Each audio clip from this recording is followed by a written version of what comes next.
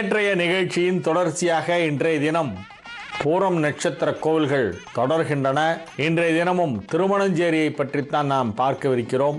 திருமணஞ்சேரிக்கு செல்பவர்கள் நேராக திருமணஞ்சேரிக்கு போகாமல் இன்னொரு 3 கோவிலுக்கு 4 கோவிலுக்கு போயிட்டு 5வது அதுக்கு போகிற வழக்கம். அந்த 3-4 கோவில்கள் என்னென்ன அப்படிங்கிறத எல்லாரும் தயவு செஞ்சு குறித்து வச்சுக்கணும். இது ரொம்ப முக்கியமான ஒரு இன்ஃபர்மேஷன். சில பேர் சொல்லுவாங்க, நான் திருமணஞ்சேரி போயிட்டு வந்தேன், அப்போ கூட எனக்கு இன்னும் கல்யாணமே ஆகலை அப்படிம்பாங்க. திருமணஞ்சேரிக்கு நேரடியாக போயிட்டு வராமல் இன்னொரு 4 கோயிலுக்கு சேர்ந்து போகணும். அந்த 4 கோயில் சுற்றியே தான் இருக்குது.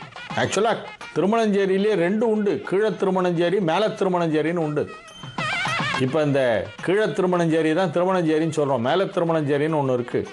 அதுக்கு மேற்கால ஒரு 2 கிலோமீட்டரில் இருக்காது. அதெல்லாம் இப்போ பிரபலமாக இல்லை. அதனால் அதோடைய பேரை மாற்றிட்டாங்க. அந்த கோவிலெல்லாம் சேர்த்து தான் இப்போ நான் இந்த வரிசையிலே சொல்கிறேன். நான் வரிசையாக தேரெழுந்தூர்லேருந்து இந்த ஸ்தல புராணத்தை சொல்லிட்டு வரேன். தேரெழுந்தூர், வெண்காடு, கோமல், திருக்குழம்பியம், திருவாவடுதுறை, குத்தாலம், திருவேள்விக்குடி, குருமுலைப்பாலி, எதிர்கொள்பாடி, அந்த ரூட்டில் வரணும். அது ஆனால் நீங்கள் திருமண தடை நீங்குவதற்காக திருமணஞ்சேரி செல்லும் பொழுது குத்தாலத்திலிருந்து ஆரம்பித்தா கூட போகிறோம். குத்தாலங்கிறது கும்பகோணத்திலிருந்து பக்கத்தில் இருக்கின்ற குத்தாலம். நெல்லை மாவட்ட குற்றாலம் இல்லை, அது வேற, திருக்குற்றாலம். அது வேற.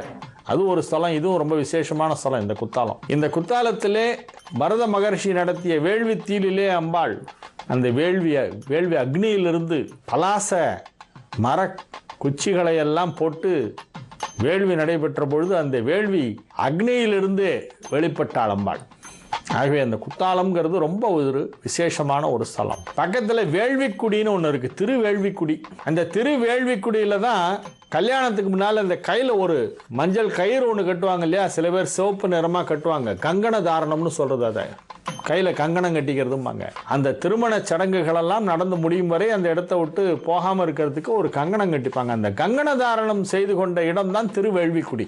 அதுவும் திருமணஞ்சேரி பக்கத்திலே இருக்கு. அங்கிருந்து குருமுலைப்பாலி,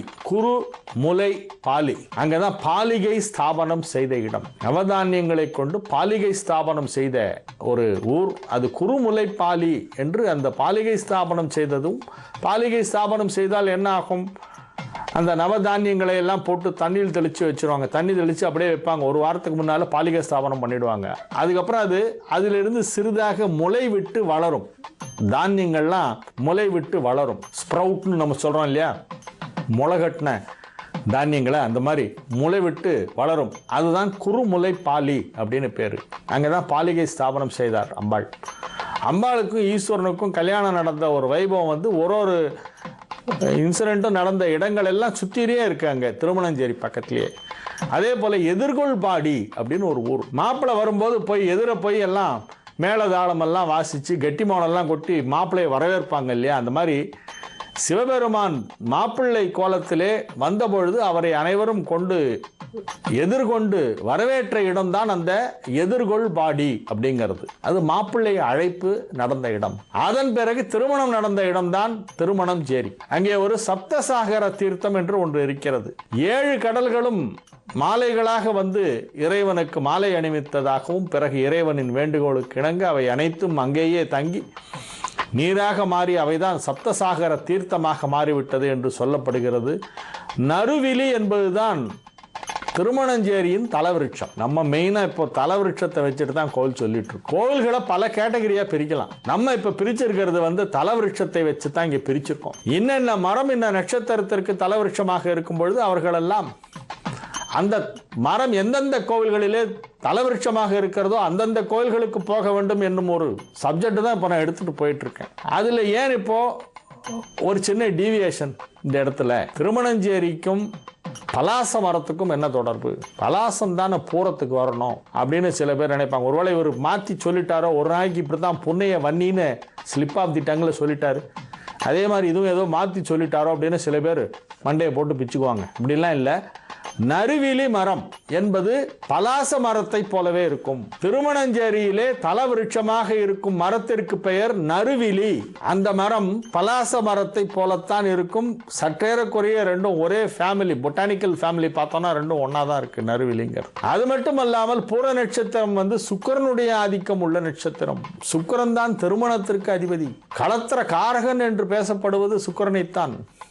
குரு பார்வை இருந்தால் திருமணம் நடக்கும், ஆனால் சுக்கிரன் அருள் இருந்தால் தான் நடக்கும். சுக்கிரனுடைய ரோல் ரொம்ப இம்பார்ட்டன்ட் கல்யாணம். ஆகவே சுக்கிரனுடைய நட்சத்திரமான பூரத்திலே பிறந்தவர்களுக்கு திருமண தடை நீக்கும் தலமான அம்பாளுக்கும் ஈஸ்வரனுக்கும் திருமணம் நடந்த தலமான நறுவிலி மரத்தை தலவிருட்சமாக கொண்ட திருமணஞ்சேரி அவசியம் தரிசனம் பண்ண வேண்டிய ஒரு ஸ்தலம். இத்தலத்திலே அற்புதமான சில சக்திகள் எல்லாம் அங்கே இருக்கிறது. அங்கே பார்த்தீங்கன்னா ஒரு பக்கம் திருமணம் ஆகாதவர்களை எல்லாம் ஒரு புறம் வரிசையாக உட்கார வைத்து அவர்களுக்கு மாலை அணிவித்துக் கொண்டிருப்பார்கள். மறுபுறம் இங்கு அதனால் திருமணம் நடந்த தம்பதிகள் மாலையோடு மாலையும் கழுத்துமா சாமி தரிசனம் பண்ணுவார்கள். ரொம்ப அழகான ஒரு இது. ராகு தோஷம் போகும்.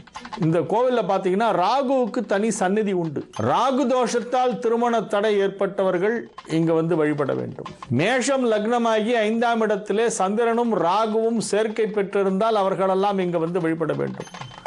லக்னத்திற்கு 7ஆம் இடத்திலே சந்திரனும் ராகுவும் சேர்க்கை பெற்று கும்ப லக்னமாக இருந்து 7ஆம் இடத்திலே பூர நட்சத்திரம், லக்னத்திற்கு 7ஆம் இடமான சிம்மத்திலே சந்திரனும் ராகுவும் சேர்க்கை பெற்றிருந்தால் அவர்களும் இங்கு வழிபட வேண்டும். ஆகவே இந்த தலம் திருமணஞ்சேரி மிக ஒரு முக்கியமான ஒரு பரிகார ஸ்தலமாக பூர நட்சத்திரத்திற்கு விளங்குகிறது.